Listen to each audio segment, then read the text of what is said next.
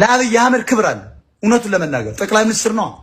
አመንክም አላመንክም የዛሬ 5 ዓመት አዲስ አበባ በአፍሪካ ውስጥ እጅግ ውብ ከሚባሉ ከተሞች አንዱ ይሆናል። አዲስ አበባን ብርጭቆ አስመስሎት አብይ እያየን አይ አብይ ስለጠላ ነው ብቻ አላለማም ብንል ህዝቡ ይስቅብናል።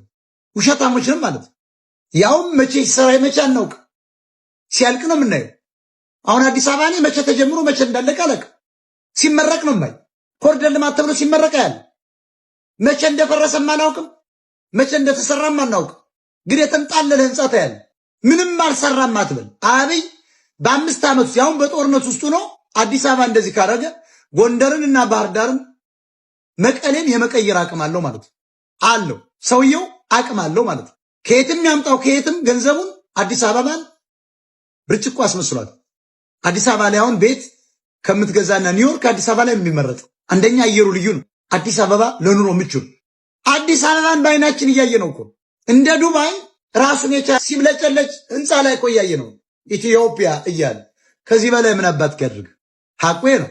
እንደ ጉድ ነው የሰራው እንዴ! የምድር ገነት ነው እኮ አዲስ አበባው ብትሄዱ በየቦታው ውሃ ይፈሳል ወደ ሰማይ። በየቦታው ግሪን፣ በየቦታው አዳዲስ ቢልዲንጎች ናቸው። ይሄ ሰውዬ በ5 ዓመት ውስጥ ነው ያለው። ለምን እንዋሻለን? አልምቷል። አዲስ አበባን አልሰራም ብትለይ ግን አልሰማህም። ሐቁን እየተነጋገር መሄድ አለብን። ሂዱ። ላውንጅ ሰርቷል። በደቡብ በምን ብትሄዱ አብይ ሰርቷል። አብይን ብቻ እየኮነን ነገ የሚመጣውስ እንዴት ይሰራ? አይሰራማ። የቀበሌ ቤት ሙልጭ አድርጎ አጥፍቶ አሁን የተሻለ ዘመናዊ ቤቶች እያየን ነው። ሐቁ ይሄ ነው። ውሸት ነው። ሰርቷል በደንብ አድርጎ በ5 ዓመት ውስጥ እየተሰራ ነው። አዲስ አበባ እንደ አዲስ እንደ አውሮፓ ከተማ እያሸበረቀ ነው። እንደ አሜሪካ እንደ ቴክሳስ ከተሞች በስፋት እየተሰራ ነው። ገና ይለማል። ስለዚህ ይህንን ማድነቅ ችግሮችን መንቀፍ አለብን። እርግጠኛ ሆኜ የምነግራችሁ ግን 100 አይደለም 1,000,000% እርግጠኛ ሆኜ የምነግራችሁ ኢትዮጵያ አሁን ባለችበት ደረጃ ሰው ክላሽና ምናምን ይዞ መንግስት መጣል አይችልም። ይሄን አረጋግጥላችኋለሁ። አይችልም። ሊንደፋደፍ ይችላል ዝም ይልኩ አይችልም። አይሆንም። መንግስት አሁን ያለበት የአቅም ደረጃ እንደዛም ይሞከር አይደለም። የተሻለ ሰው፣ የተሻለ ገንዘብ፣ የተሻለ መሳሪያ፣ የተሻለ ነገር አለው። የተሻለ ደግሞ ያለው ያቆማል ማለት ነው። ብለ ትግሬ ያመጣውን አብይ ጠላት ነው አብይ ጠላት እነሱ ስለተደራጁ ፋኖ ራሱ እየተዋጋ ስላለ ዘለው ለመግባት አብይን ብንመታላቸው ዛሬ አልተደራጀንም። አብይ አይወርድም። ሐቁን የኦሮሞ መንግስት አንጥለው እንደግፈዋለን። ነገራችን ላይ ይሄ ነገር የሚሰራው ለግለሰቦች ብቻ አይደለም። ለምሳሌ ሸኔ በቃ አትጣላ ና ውሰድ ምራ ብንለው ምራ ግድ የለም ብንለው በምን ሞራል ነው ሸኔ ሀገር የሚመራው? ንጹህ ገበሬ እየገደለ አብይ እያንዳንዷን ስቴፕ ከ14 ዓመቱ ጀምሮ እስከ 40 ምናምን ዓመቱ በውትድርና በፖለቲካ በቴክኖሎጂ የቆየ ሰው ነው። አሁን እኔ ጀዋርን እመን ከምትለኝ በሞት ይሻላል። ለብቻው ብዙ ነገር መስራት ይችላል። ቲንክ አባውት ኢት። ሶሻል ሚዲያን 13 ዓመት ቆርጥም የበላው ሰው ሶሻል ሚዲያውን እንዲያሾረዋለሁ ማንም የበለጠኝ የለም። ቲንክ አባውት በፖለቲካ ከ14 ዓመቱ እስከ 40 ምናምን ዓመቱ ጊቭ ኦር ቴክ 30 ዓመት የፖለቲካ ኤክስፒሪየንስ ያለው ዶክተር አብይ ይባላል። 30 years በ30 ዓመት ያለው የፖለቲካ እውቀት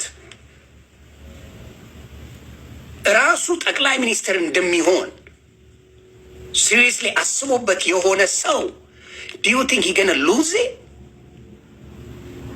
ስለማታስቡ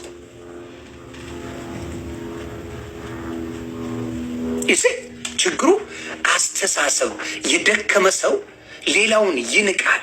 ጀዋርን እመን ከምትለኝ አብይን እመነው ብትለኝ አምናል። ተቀይሯል። ጀዋር ፈንዳ አላቀህም። ዶክተር አብይ የ30 ዓመት በላይ በፖለቲካ የቆየ በቴክኖሎጂ ብትለው ኢንሳን የመሰረተ እንዴት ድምፅ ቪዲዮ ምን እንዴት መቅረጽ እንደሚቻል ሙሉ በሙሉ የሚያውቅ ቁርጥምጥም አድርጎ የኢትዮጵያን ፖለቲካ የበላን ሰውዬ ምንም አይችልም ብለህ ስትል ራስህን ነው እየጎዳ ያለው። ራስህን ነው የምታጃጅለው። የሚበልጠው ሰው አምጣ ስትባል መልስ የለህ።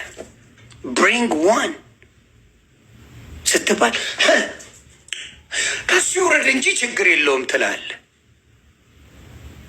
ይቺ ነገሯ ነው የምታስ አብይ ይውረድ እንጂ ምንም ችግር የለም፣ ከዚህ የበለጠ ችግር አይመጣም ትላለህ።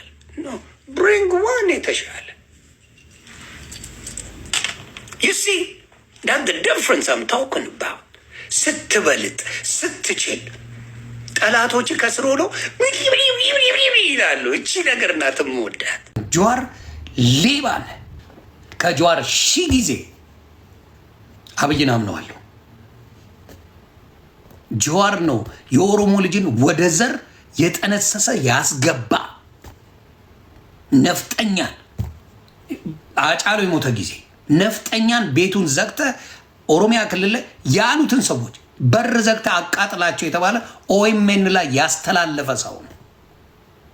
ተከበብኩ ብሎ እያስመረጠ አስጨፍጭፎ የአማራ ልጆችን ያስበላ ሰው ነው።